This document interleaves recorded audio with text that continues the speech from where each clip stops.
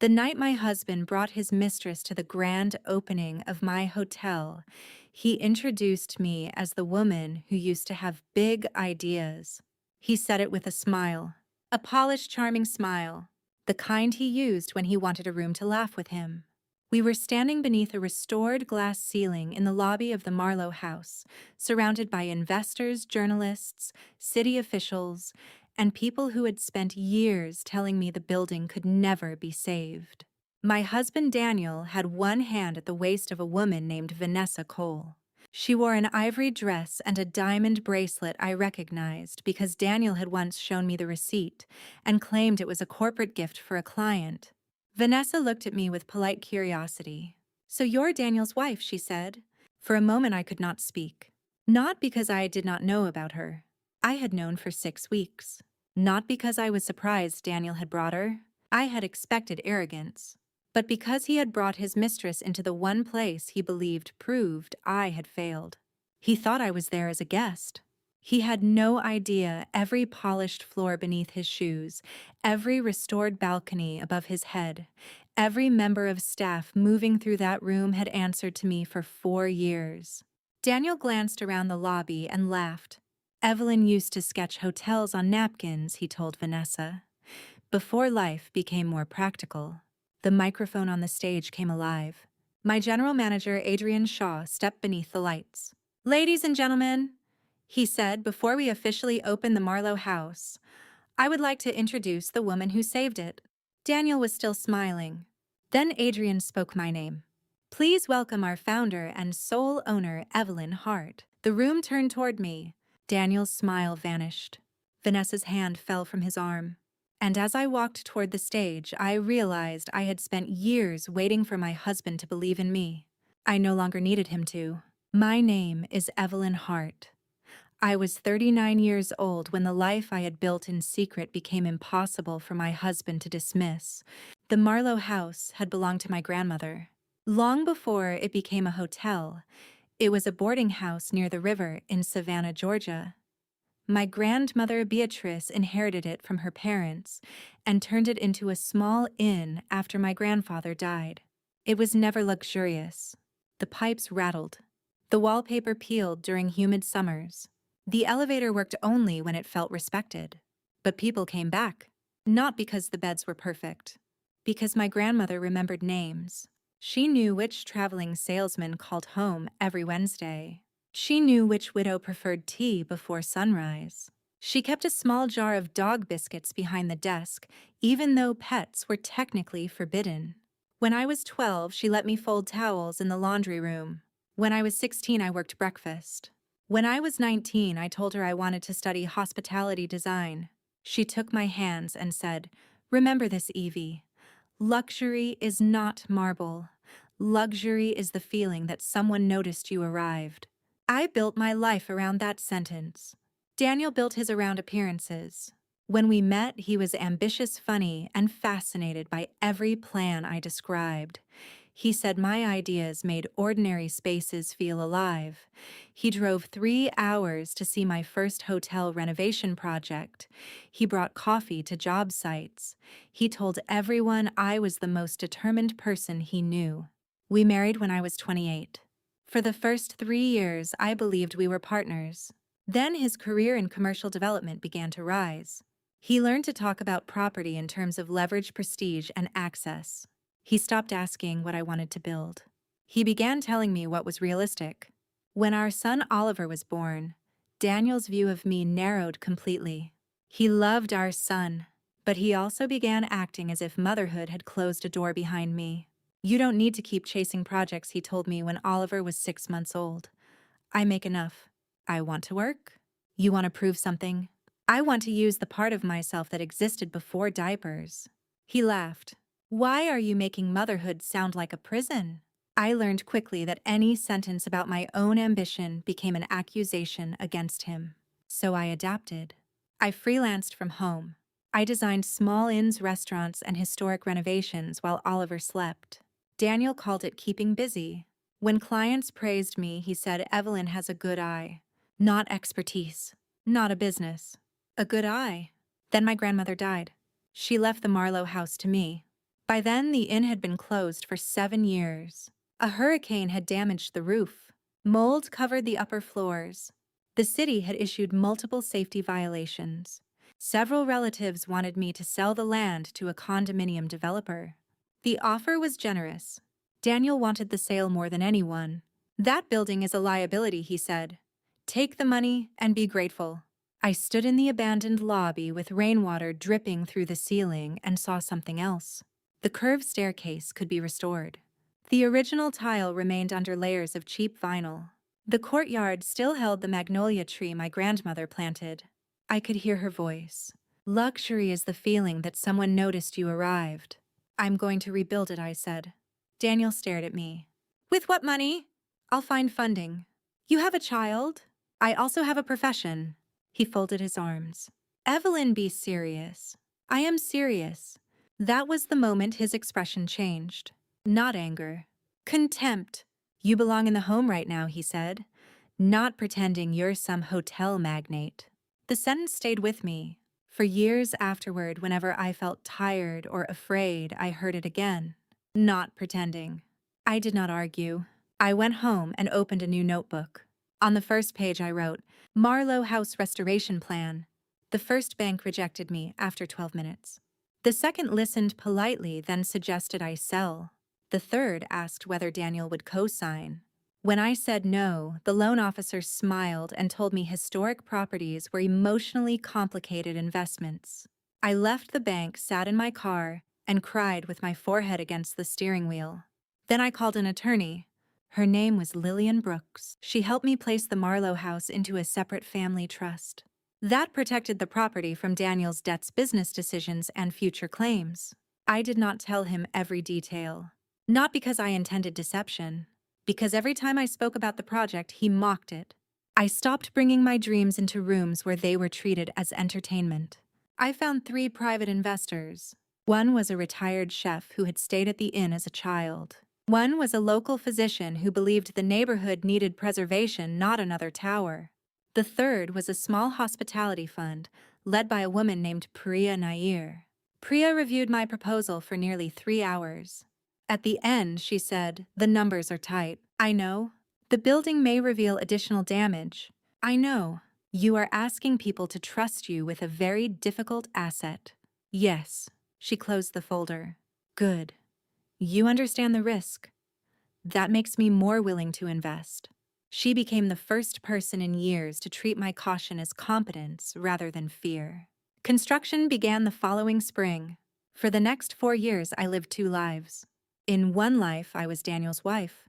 I packed Oliver's lunches, attended school meetings, hosted dinners for Daniel's clients, smiled when people asked whether I had gone back to work yet. In the other life, I was restoring a 48-room hotel.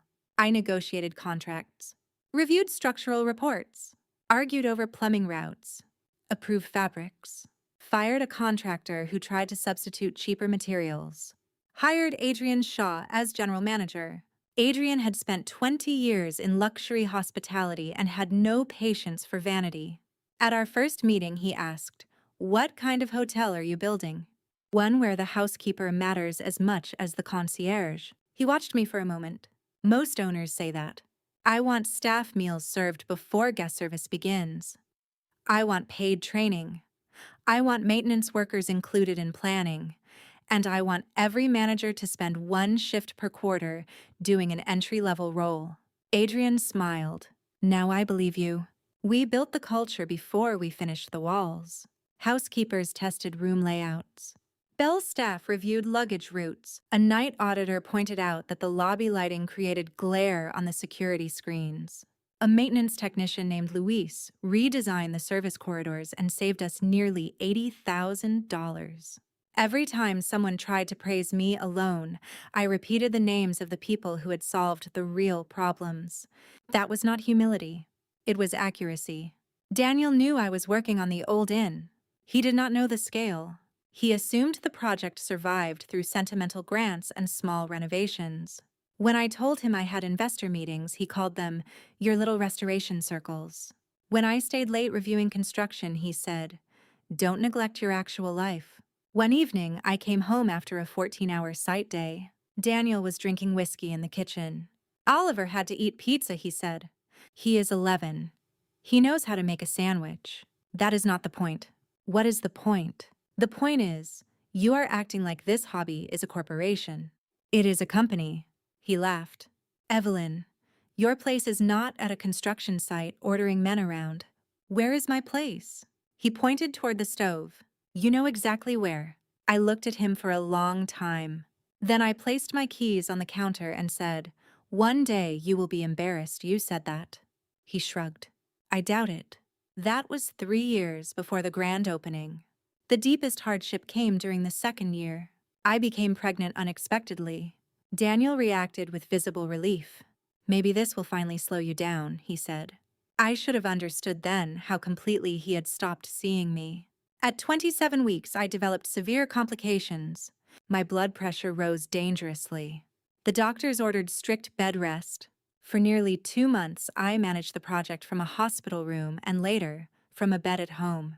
Adrian brought plans in labeled folders. Priya joined video calls from the site. Luis walked through unfinished corridors holding a camera while I marked changes on printed drawings. I felt guilty every moment I was not physically there. I also felt guilty every moment I focused on the hotel instead of the baby. Daniel used that guilt. You are risking your health for a building, he said. I am following medical instructions. You should shut the project down. We would lose contracts financing and almost a year. Then lose it. I stared at him. You want me to destroy 4 years of work because managing it makes you uncomfortable. I want you to be a mother. I already am one. Our daughter Sophie was born 6 weeks early. She spent 17 days in neonatal care. I sat beside her incubator and whispered every promise I was afraid to say aloud. That I would survive. That she would survive. That I would not teach her to become smaller to keep someone else comfortable. The hotel nearly broke me financially that year. A major investor withdrew. Hidden termite damage destroyed part of the western wing. Insurance disputed coverage. I sold a small parcel of land behind the property. I reduced my own salary to 0. Adrian delayed part of his compensation in exchange for a later profit share. Priya found bridge financing. The staff held a voluntary meeting and proposed phased hiring instead of layoffs. Daniel did none of those things. He attended one investor dinner. He spent the evening telling people he had allowed Evelyn to pursue the project. Afterward, I confronted him in the car. Allowed me? It was a joke. No, it was how you see this. You are too sensitive. You stood in front of my investors and made yourself the authority over my work. I was helping you look grounded. I do not need you to make me look smaller, so other people feel comfortable. He turned toward the window. You would not have any of this without the stability I provide. That was not true. By then, the hotel accounts were completely separate. But I realized Daniel needed to believe my success still belonged to him somehow. If he could not own the achievement, he would own the permission. The affair began sometime the following year. I learned about it 6 weeks before opening night. A florist emailed me a revised invoice for an arrangement I had not ordered. The delivery address was a private dining club. The card read, "To Vanessa, for making me feel like the man I was meant to be." D. I stared at the message. Then I searched our shared credit card history. Hotel suites, jewelry, late dinners, weekend charges in cities where Daniel claimed to be meeting clients. The affair was not new. It had been hidden inside my own distraction. For one evening, I allowed myself to break. I locked the office door at the Marlowe house. I sat on the unfinished ballroom floor and cried until my face hurt.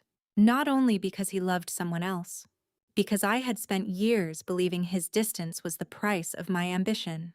I had apologized for working, apologized for being tired, apologized for not cooking, apologized for asking him to parent his own children. Meanwhile, he had used the freedom created by my guilt to build another life. Adrian found me there. He did not ask foolish questions. He sat beside me, still wearing his suit. After a while, he said, "Do you need me to call someone?" My lawyer. Lillian arrived within an hour. We reviewed the trust company structure and marital finances. The Marlowe house was protected. Daniel had no ownership. He had no claim to the investor's equity. He had no authority over operations. "What do you want to do?" Lillian asked. I looked around the ballroom. Workers had restored the original plaster medallions. My grandmother's initials were hidden in one corner. "I want to finish opening the hotel." "And your marriage?" "I want to finish that too." We prepared divorce papers. I moved personal documents to a secure location. I changed account permissions. I arranged for Oliver and Sophie to stay with my sister on opening night. I did not confront Daniel immediately. I needed the hotel open. I needed the staff protected. I needed one part of my life to reach completion before another ended. Daniel mistook my silence for ignorance. He became careless.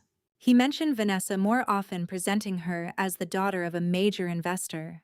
He said her father might bring business to his firm. He bought a new suit for the opening. "You're coming?" I asked. "Of course. This is one of the biggest hospitality events in the city." I almost laughed. He still believed I was a minor designer attached to the project.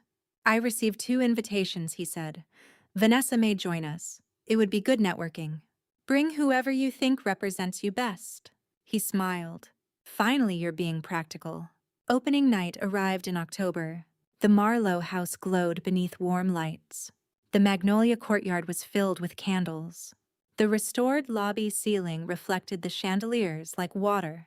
Staff members stood in tailored uniforms designed for comfort, not decoration. Every employee's name appeared in the opening program. My grandmother's old brass room key hung in a glass case near reception. I arrived early and walked through the building alone.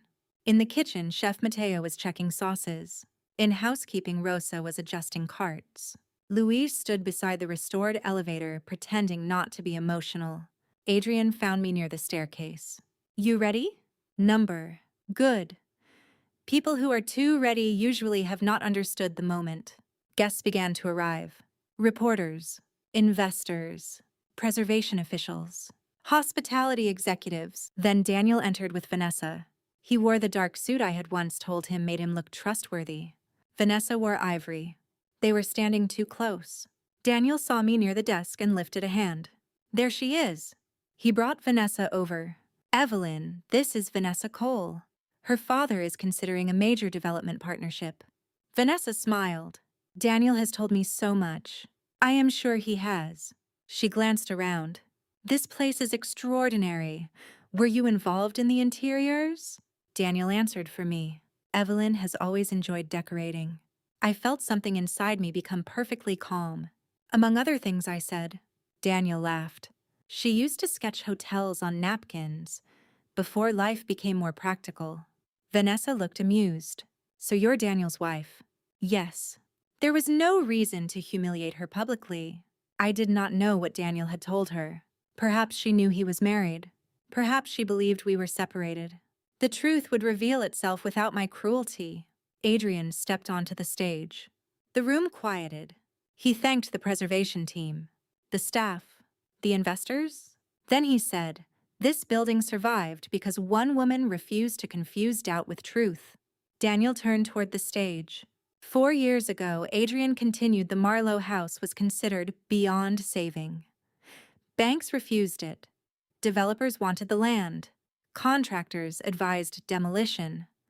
Our founder rejected every version of the future that erased this place. I began walking forward. "Please welcome the founder and sole owner of the Marlowe house, Evelyn Hart." Applause rose around me. I passed Daniel. His face had gone pale. Vanessa stared at him. "You said she was consulting," she whispered. I heard him say I thought she was. I climbed the stage. For 1 second the lights blinded me. Then I saw the staff. Rosa, Luis, Mateo, Adrian, Priya. People who had believed enough to work. I opened my speech. My grandmother taught me that luxury is not marble chandeliers or the price of a room. Luxury is the feeling that someone noticed you arrived.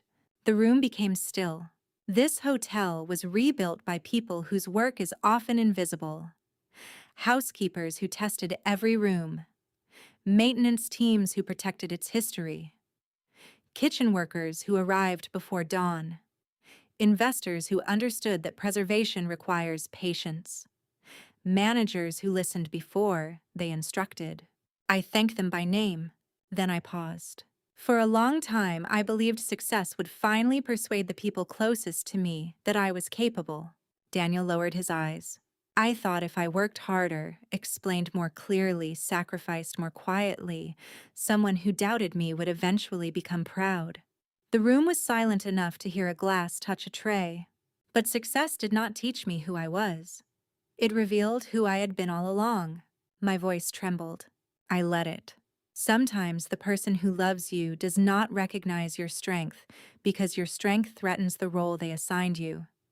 Sometimes they call your calling a hobby, your discipline an obsession, your independent selfishness. Daniel looked at me then. I did not say his name. I did not need to. The lesson is not to build your life in order to shame those who doubted you. The lesson is to stop requiring their permission to become yourself. The applause began slowly. Then it filled the room. I stepped away from the microphone. Daniel moved toward the stage as I came down. "Evelyn?" he said under his breath, "we need to talk." "Yes." Vanessa stood several feet away, furious and humiliated.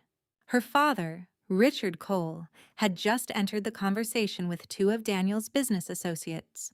Richard looked from Vanessa to Daniel. "You told my daughter you were separated." Daniel's mouth opened. Vanessa's face collapsed. "You said the divorce was nearly final." I looked at her. "We were not separated." Daniel reached for my arm. I stepped back. "Do not touch me." People nearby went quiet. He lowered his voice. "Not here. You brought her here." I did not know that I owned it. His expression broke. "I did not know the project had become this." "No, you never asked." Richard Cole's face hardened. "Daniel, our meeting on Monday is canceled." "Richard, this is a personal misunderstanding." "No," Richard said. "This is a judgment problem." He took Vanessa away. Daniel watched the partnership disappear with them. Then he turned back to me. "You planned this." "I planned the hotel. You let me walk in here like a fool. You did that without my help." His eyes filled with anger. "You could have told me. I told you for 4 years." "Not this." "I told you I was building a company. You called it decorating." He looked around the lobby as though the building had betrayed him. "What happens now?" Lillian stepped beside me. She handed him an envelope. "These are divorce documents," she said. His face emptied. "You brought a lawyer to the opening." "No," I said. "I brought my lawyer to protect the life I built." He looked at the envelope, then at me. "What about our children?" "We will tell them together carefully. We will not use them as weapons." "You cannot just end 20 years. You ended the marriage in pieces. I am only signing the final page." He whispered, "Is this revenge?" I looked at him. "No. Revenge would require me to organize my future around your pain. I am organizing it around my freedom." He left before the ribbon cutting. I stood in the service hallway and shook so hard Adrian had to hold my glass of water. "You do not have to go back out," he said. "Yes, I do. You have already done enough." "No. Tonight belongs to everyone who built this. Daniel does not get to take another room from me." I returned to the lobby. We cut the ribbon. The staff cheered. Guests filled the restaurant. The first official visitor to check in was a retired schoolteacher who had stayed at the inn on her honeymoon 40 years earlier. Rosa handed her the key. The woman began crying. "My husband would have loved to see this," she said. I remembered my grandmother. Luxury is the feeling that someone noticed you arrived. That night, after the last speech, I went upstairs to room 402. It was the only room we had kept empty, my grandmother's old room. I removed my shoes and sat on the edge of the bed. For the first time all evening, I allowed myself to cry. Success did not cancel betrayal. Applause did not make my marriage harmless. The hotel was full, yet I had never felt more alone. I thought about Oliver and Sophie sleeping at my sister's house. I thought about explaining that their father had chosen another woman. I thought about every family photograph that would change. I held the brass key from my grandmother's desk and cried until morning. The divorce became public within a week. Daniel tried to control the story. He told friends we had grown apart because Evelyn became consumed by ambition. He told his mother I had humiliated him professionally. He told our children the marriage ended because both parents had made mistakes. I corrected that gently. Your father and I both have flaws, I told Oliver and Sophie. But the marriage ended because he broke agreements that married people must be able to trust. I never gave them details they were too young to carry. I also did not lie to protect his image. Daniel lost the coal partnership. 2 other clients withdrew after learning he had misrepresented his marital status while pursuing business relationships. He blamed me at first. You destroyed my reputation, he said during mediation. No, I answered. Your reputation met your behavior. The Marlowe house exceeded projections. Within 6 months, occupancy stabilized above 70%. Travel magazines praised the service. Guests mentioned staff members by name in reviews. Our employee turnover remained unusually low. The hotel won a Regional Preservation Award. At the ceremony, I brought Luis Rosa, Adrian Priya, and Chef Mateo onto the stage. A reporter asked me how it felt to prove my doubters wrong. I did not build a hotel to prove them wrong, I said. I built it because the work was right. That answer became quoted often. The truth was more complicated. Part of me had wanted Daniel to walk into the hotel and regret every cruel word. He did. But his regret did not heal me.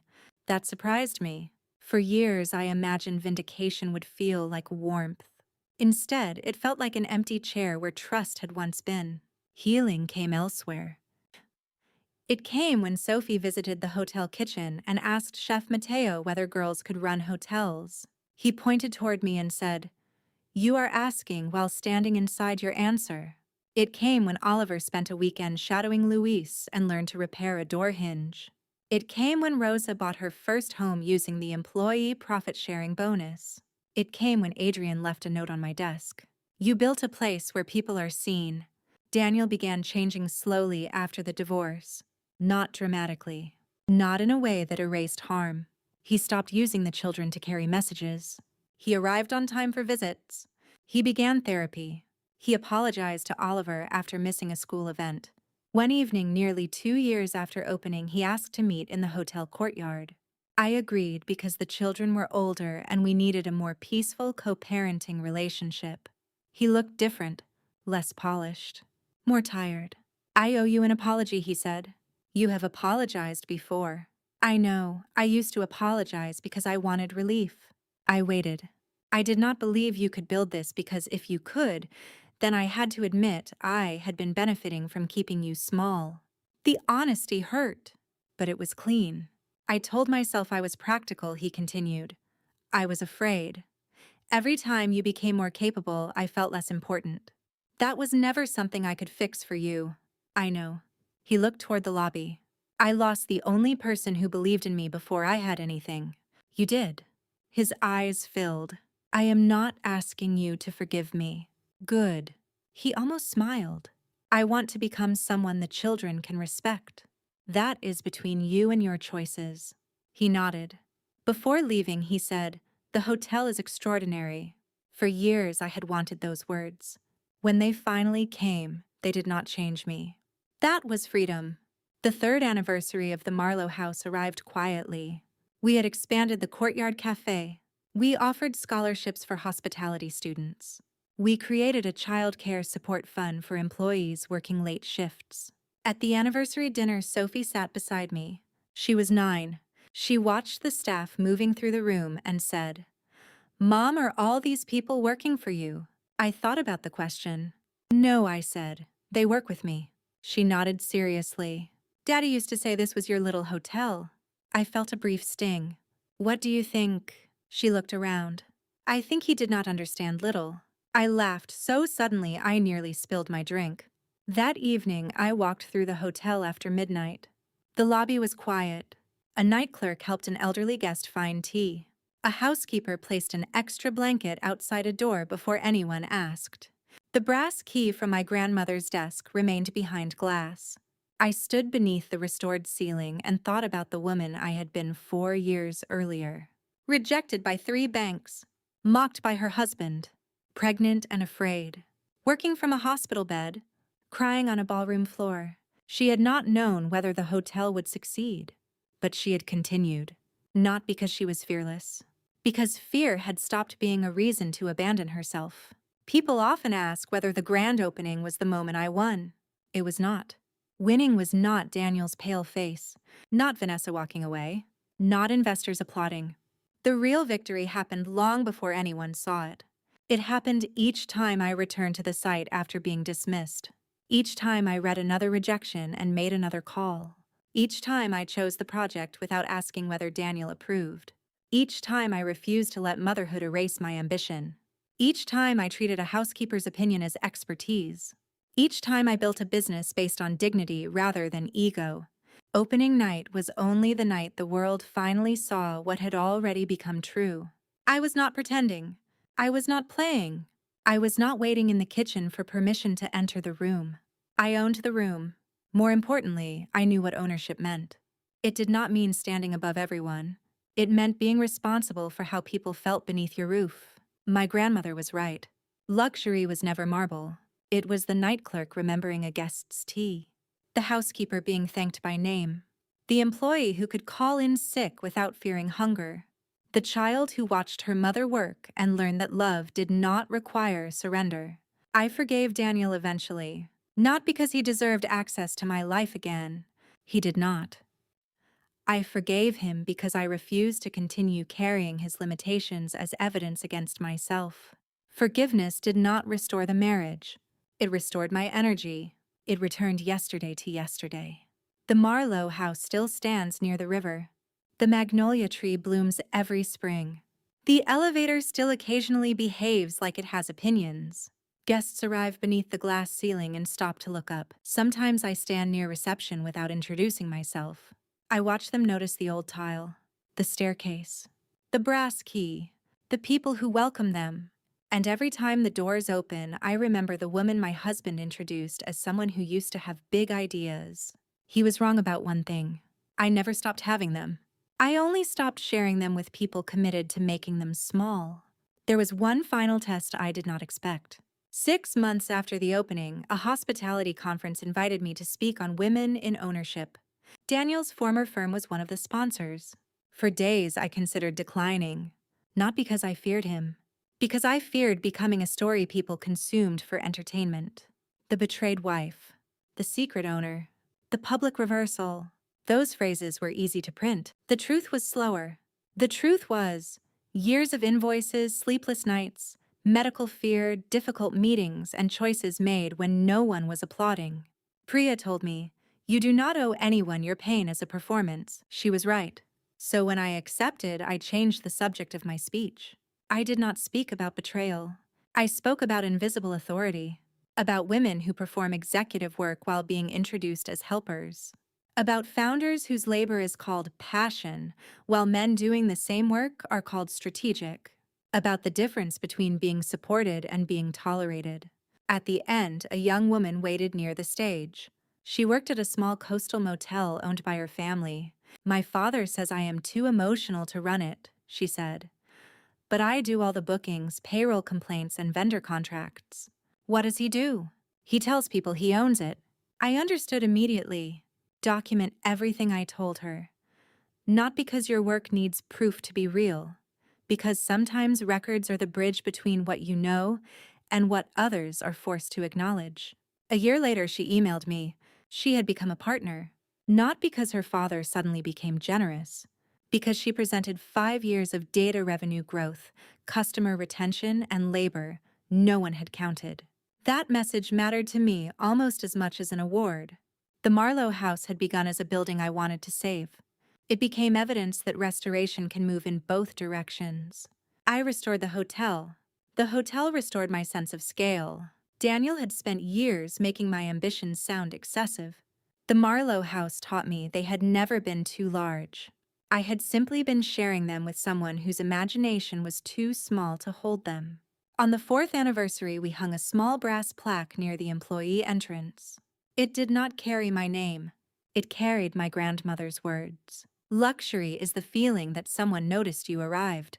Below it, in smaller letters, we added, "That includes the people who work here." Every morning, employees passed that sentence before beginning their shifts. So did I. It reminded me that power is tested most clearly in private. not during speeches, not under chandeliers, but in schedules, wages, listening credit, and whether the person cleaning the room is treated as though her time belongs to her. I had once believed owning a hotel would prove I deserved respect. Now I knew respect was not a prize success awarded. It was a standard, one I could require, one I could practice, one I could teach my children to recognize, and one I would never again negotiate away to preserve someone else's comfort.